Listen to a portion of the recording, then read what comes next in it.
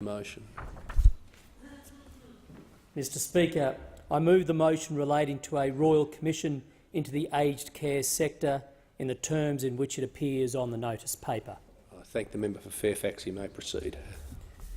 Mr Speaker, I am indeed delighted to put my name to this motion and commend the government for its decisive action in calling a Royal Commission into aged care, the key objective of which is to help build a national culture of respect for ageing and older Australians. And I welcome the broad terms of reference announced just last week.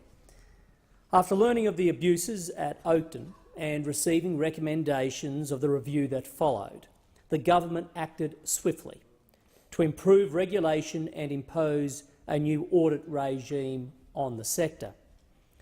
The introduction of unannounced audits and accreditation visits has seen a substantial increase in the number of identified incidents over the past year, including a 177% increase in reported serious risks and a 185% increase in notices of non-compliance.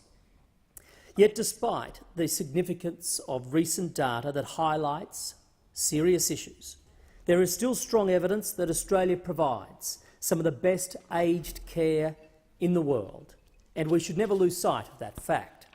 The Australian community has every right to expect only the highest standards when it comes to aged care services that support the dignity of older Australians and the peace of mind of loved ones. Not only does the Australian government share these expectations, but as a government, and I'm sure as a parliament, we are determined that these expectations are met to ensure there are no exceptions. The Prime Minister's announcement of a Royal Commission has a special significance for me as the member for Fairfax. This is because the Sunshine Coast region, where I share the local government area with the member for Fisher, has one of the highest concentrations of older Australians anywhere in the country.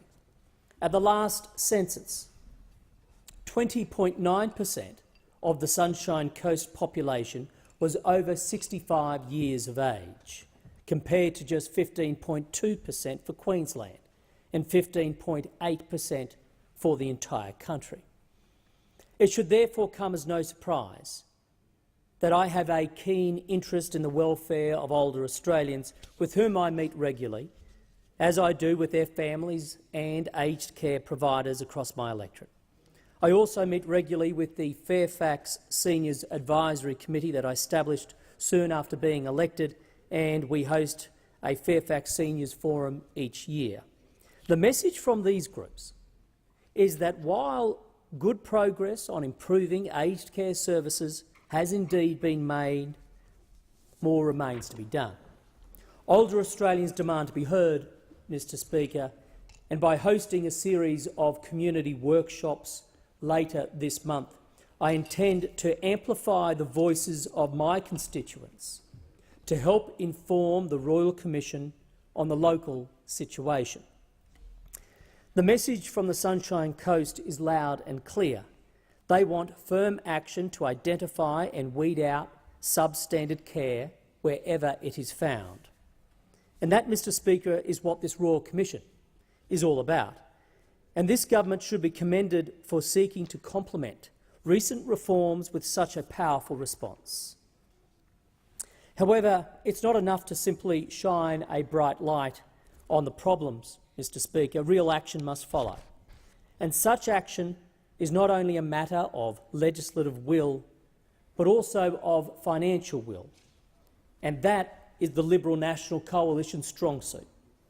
As is also the case with nation-building infrastructure, when it comes to supporting older Australians, the Coalition actually puts money on the table.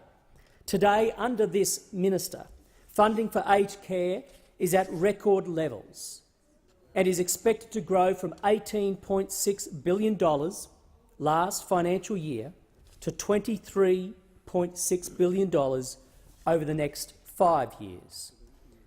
This will improve the lives of older Australians, Mr Speaker. And thanks to the Coalition's strong economic management, we can sustain the high-level services that older Australians expect and they rightly deserve. Thank you. Is the motion seconded?